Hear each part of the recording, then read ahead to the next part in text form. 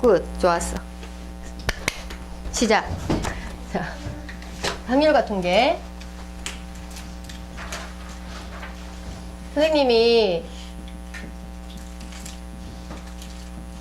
촬영을 하는 것은 카페에서 볼 수가 있으니까, 다시 볼 수가 있으니까 복습하려면 다시 한번 들어보세요.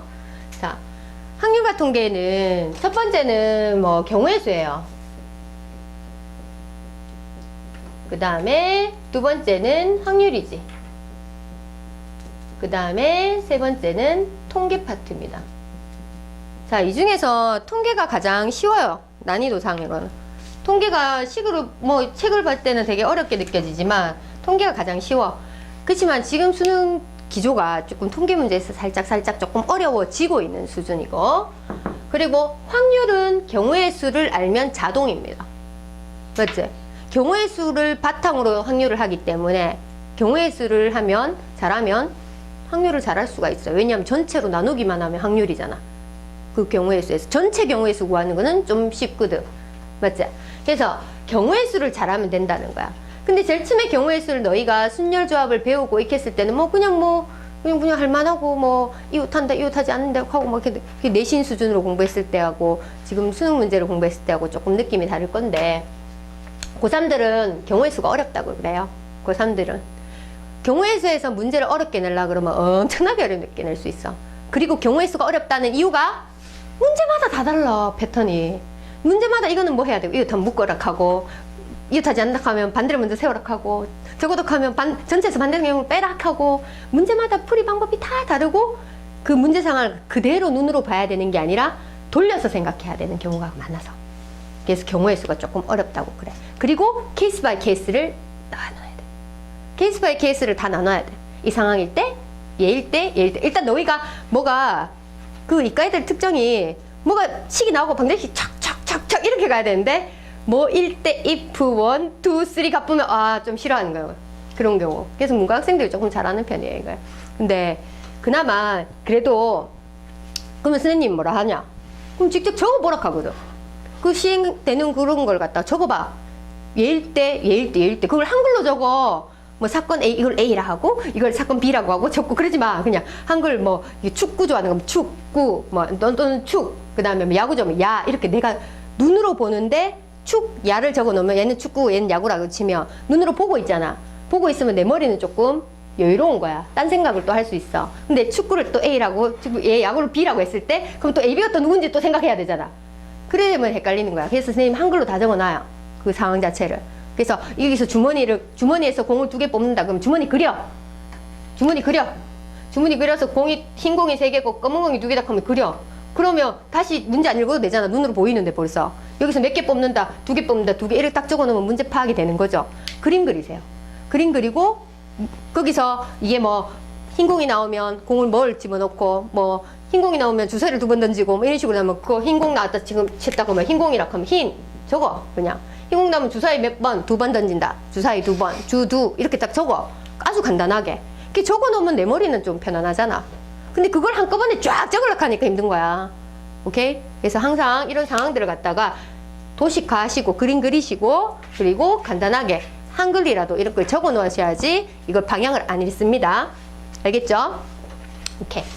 그래서 그러면 경우의 수가 제일 어려워요, 사실은. 그래서 모든 문제마다 경우의 수가 이런 패턴이 다르기 때문에 그 패턴들을 다 기억해야 돼. 그래서 얘들은 뭘 알아야 되냐면 키워드를 기억해야 돼. 키워드. 어떤 키워드? 키워드를 꼭 기억하자. 어떤 키워드? 이웃한다 그랬을 때 묶어서 한 놈 취급하고 이런 것들 있잖아. 그런 것들을 알고 있어야 돼. 이웃한다는 말이 문제상이 나왔다는 건 그걸 써먹어야 되는 상황이거든. 오케이? 그래서 그런 것들을 꼭꼭 기억해 주도록 합시다. 알겠죠? 자, 그러면 첫 번째, 우리 오늘은 경우의 수만 할 거예요. 오케이? 경우의 수 하고, 내일은 경우의 수 파트에서 나오는 수능 문제를 한번 보고 확률을 할 거예요. 확률은 별로 내용이 많이 없어요. 그래서 그 내일은 이제 경우의 수에서 나왔던 그런 요즘 나오고 있는, 수능에 나오고 있는 트렌드가 어떻게 되는지 문제를 좀 보겠습니다. 내일 1시 반에 오면 그걸 풀고 3시부터 선생님 수업할 거예요. 알겠죠?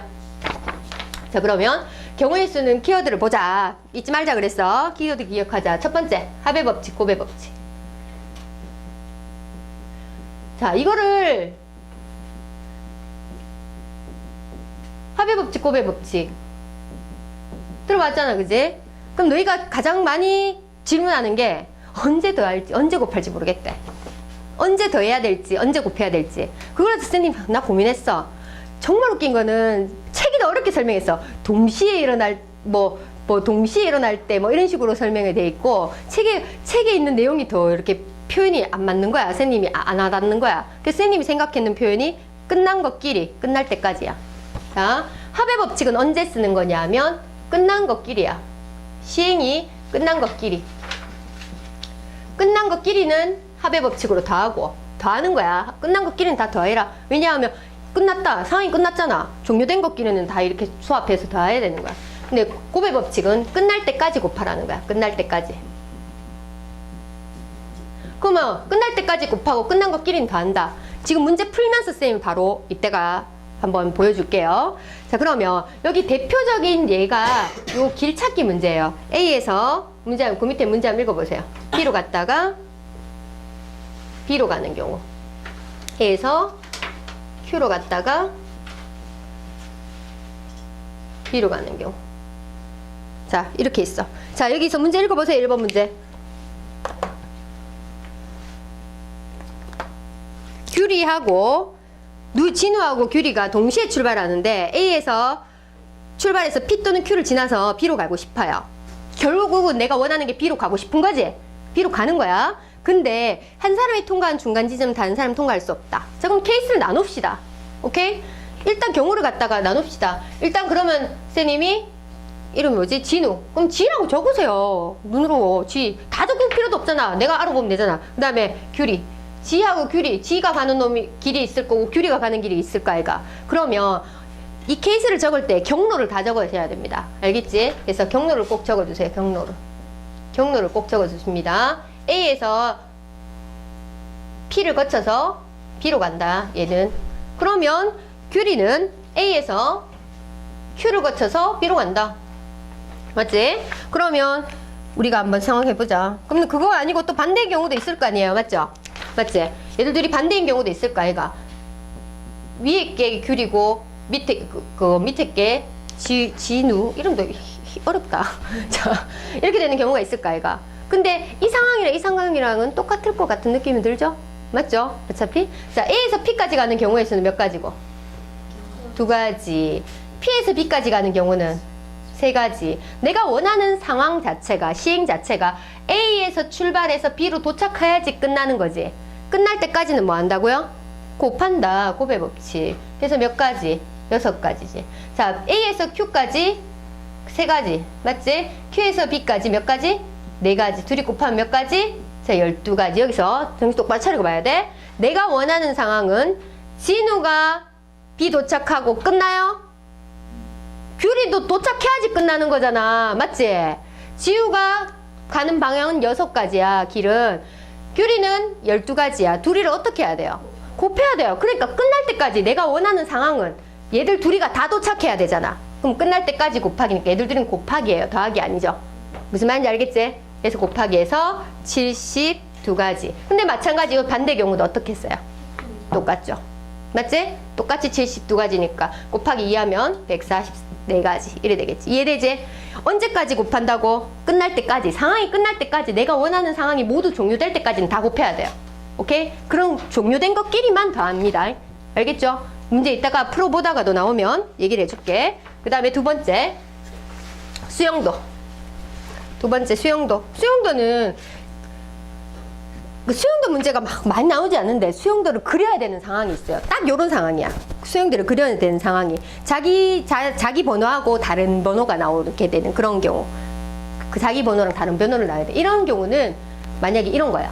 자, 전부 다 여기서 얘들이 전부 다 4명이서 지금 미팅했는데 이게 자기 소지품 펜 하나씩 다 꺼냈어. 근데 이제 선물을 갖다 서로 나눠갔는데 지건 지가 갖고 가지 않아야 될 거 아니야. 뭐 그런 상황일 때 수영도 그려야 돼요. 오케이? 그거는 뭐 곱하기 뭐 이런 식으로 할 수 있는 게 아니거든. 자, 그런 상황일 때, 이런 상황일 때 수영도를 그리는데, 그러면 수영도를 그리는 키워드지, 지가 짝이 안 맞아야 되는 거지. 반대가 되게 되는 상황이잖아. 맞지? 그지? 자기랑 자기, 내 건 내가 가져가지 않는 거. 맞지? 그런 상황을 갖다가 딱 봤을 때 아 수형들을 그려야 되는 문제구나 라고 판단을 하는 거예요. 알겠죠? 그래서 지금 A1, A2, A3, A4 수형들 너무 어렵게 생각하고 되게 단순합니다 사실은. 그러면 1은 1을 못 가지잖아. 그러면 2하고 3하고 4밖에 못 가지잖아. 그러면 2, 3, 4라고 적습니다. 그러면 얘가 2일 때는 얘가 2이기 때문에 여기는 1이 올 수도 있고 3이 올 수도 있고 4도 올 수 있죠. 두 번째는. 그지? 근데 지금 여기서부터는 또 봐봐. 지금 1, 2가 나왔기 때문에 3, 4 중에서 들어와야 되잖아요. 근데 자기 자신 못 오니까 이거는 4, 3밖에 못 오는 거죠. 맞지? 4, 3밖에 못 오죠. 그럼 얘도요. 2, 3이 들어와 있기 때문에 1, 4가 들어와야 되는데 1, 4가 들어와야 되는데 4번이 여기 있기 때문에 4, 1밖에 못 오는 구조가 됩니다. 맞죠? 수형도 별게 어렵지 않아요? 그 다음에 2, 4니까 1, 3이 모자르는데 얘는 1, 3밖에 못 오지. 그치? 3, 1이 안 되잖아. 맞지?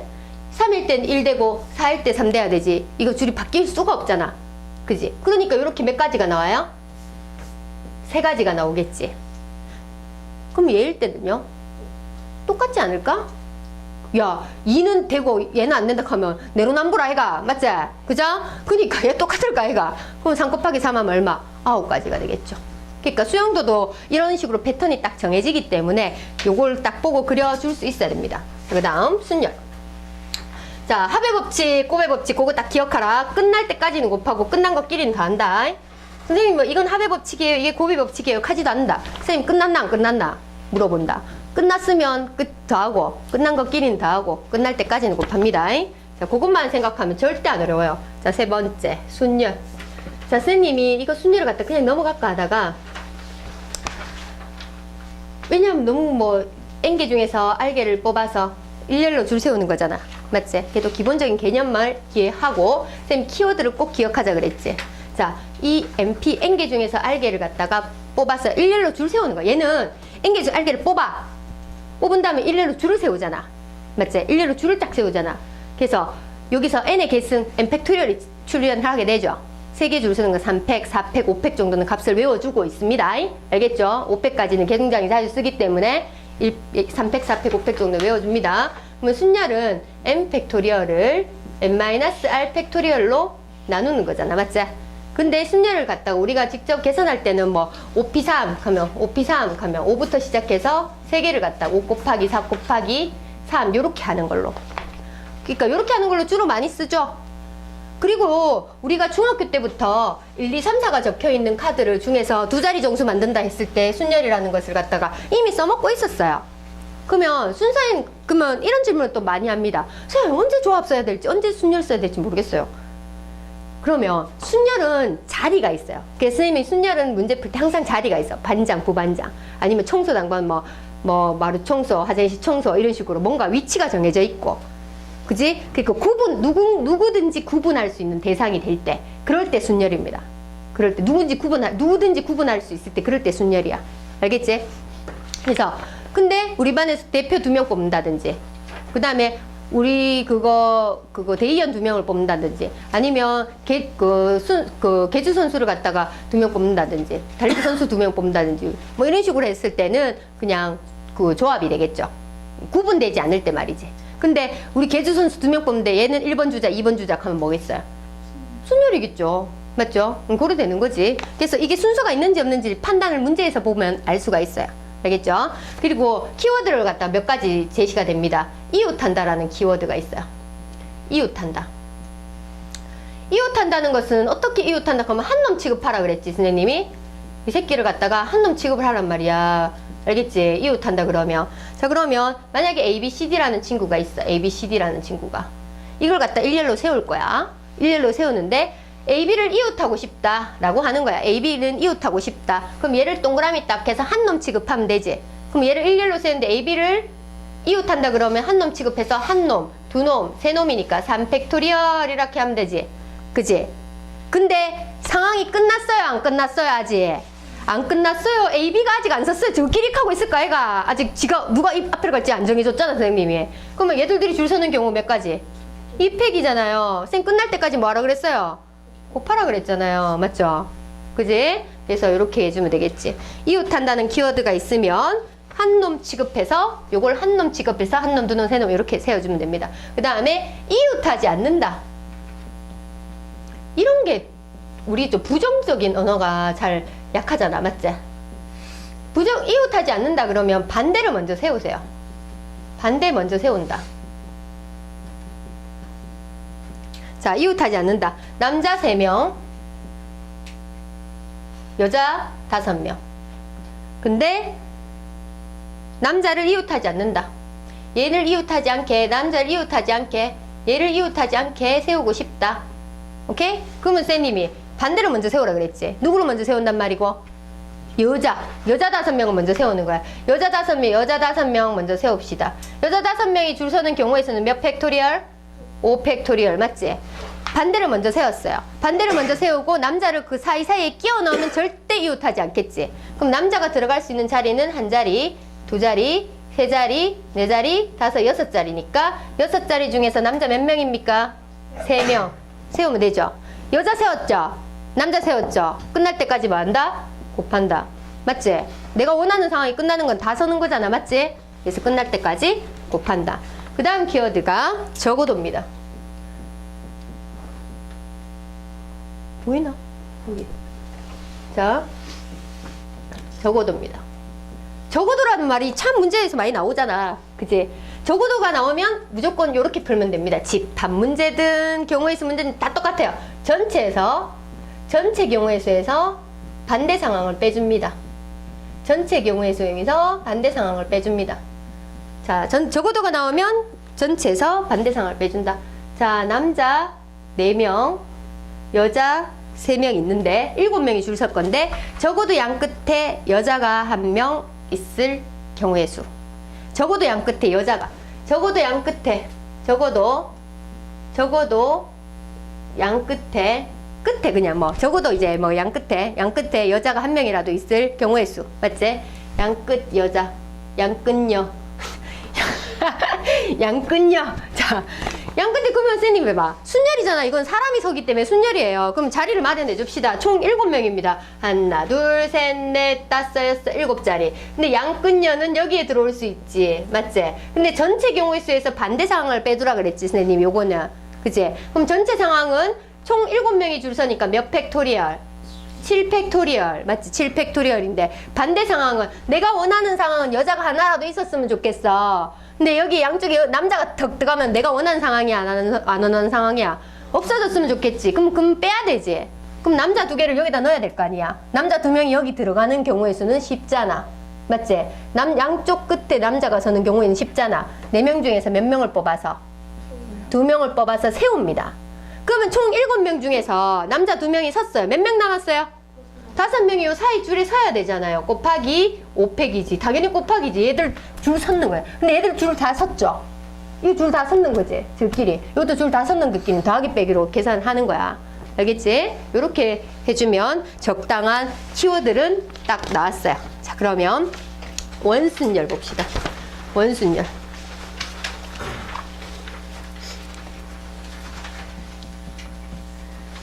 원순역 하면 너 기억하고 있는 게 n-1팩이지. 맞지? n-1팩. 그래도 n-1팩은 기억하고 있다. 그죠? 그죠? 원순역 하면 n-1팩. 자, 원순열 4번. 선생님은 원순열을 어떻게 계산하냐면 나는 항상 순열을 계산해요. 순열을 계산해서 같은 경우로 나누세요. 같은 경우. 이렇게 계산합니다. 무조건 n-1팩만 기억해가지고는 조금 위험해요. 진짜 조금 위험해요. 그냥 무조건 n-1팩만 기억해서 어떤 상황에서 자, 그래서 결국에는 만약에 n개를 줄 세운다 그러면 n 팩토리얼을 n으로 나눠가지고 같은 경우가 n개잖아. 왜 그러냐 하면 원탁에 이렇게 앉은 a, b, c, d 이렇게 a, b, c, d 이렇게 앉는 거랑 이렇게 a, b, c, d 앉는 거랑 이렇게 a, b, c, d 앉는 거랑 이렇게 a, b, c, d 앉는 거랑 다 똑같잖아. 자, 그럼 쌤 다르잖아요. 이게 북쪽에 있고 남쪽에 있고 이러는데 사람이 우리가 원순열에서 원탁에 그렇게 똑같지 않는다고 하는 그 기준은 뭐냐면 내 오른쪽에 누가 앉아 있고 내 왼쪽에 누가 앉아 있고 내 맞은편에 누가 앉아 있느냐가 그게 중요한 거지. 이게 북쪽을 바라보고 있고 완쪽을 바라보고 이게 중요한 게 아니에요. 오케이. 그렇기 때문에 이게 ABCD나 ABCD나 ABCD나 이게 똑같다고 얘기하는 거야. 오케이? 무슨 말인지 알겠지? 그래서 그렇게 해서 이게 돌아가도 똑같다. 그래서 같은 경우가 지금 여기 4명이 줄 선다, 그 원순열을 센다 하면 순열은 4팩이고 4로 나눠주는 게 바로 원순열의 경우의 수 4 빼기 1 팩토리얼 3 팩토리얼 되겠지. 그래서 우리가 이렇게 해서 n명, 5명을 원탁에 앉힌다 그러면 4팩 이렇게 바로바로 쓰긴 합니다. 근데 순열을 갖다가 원순열을 그냥 볼 때 순열을 계산한 다음에 같은 경우로 나눠주는 게 정확한 방법이에요. 훨씬 더. 오케이? 자, 그러면 밑에 3번 문제 풀어봅니다. 오른쪽 그림과 같이 3번 문제 풀어보세요. 문제 3번.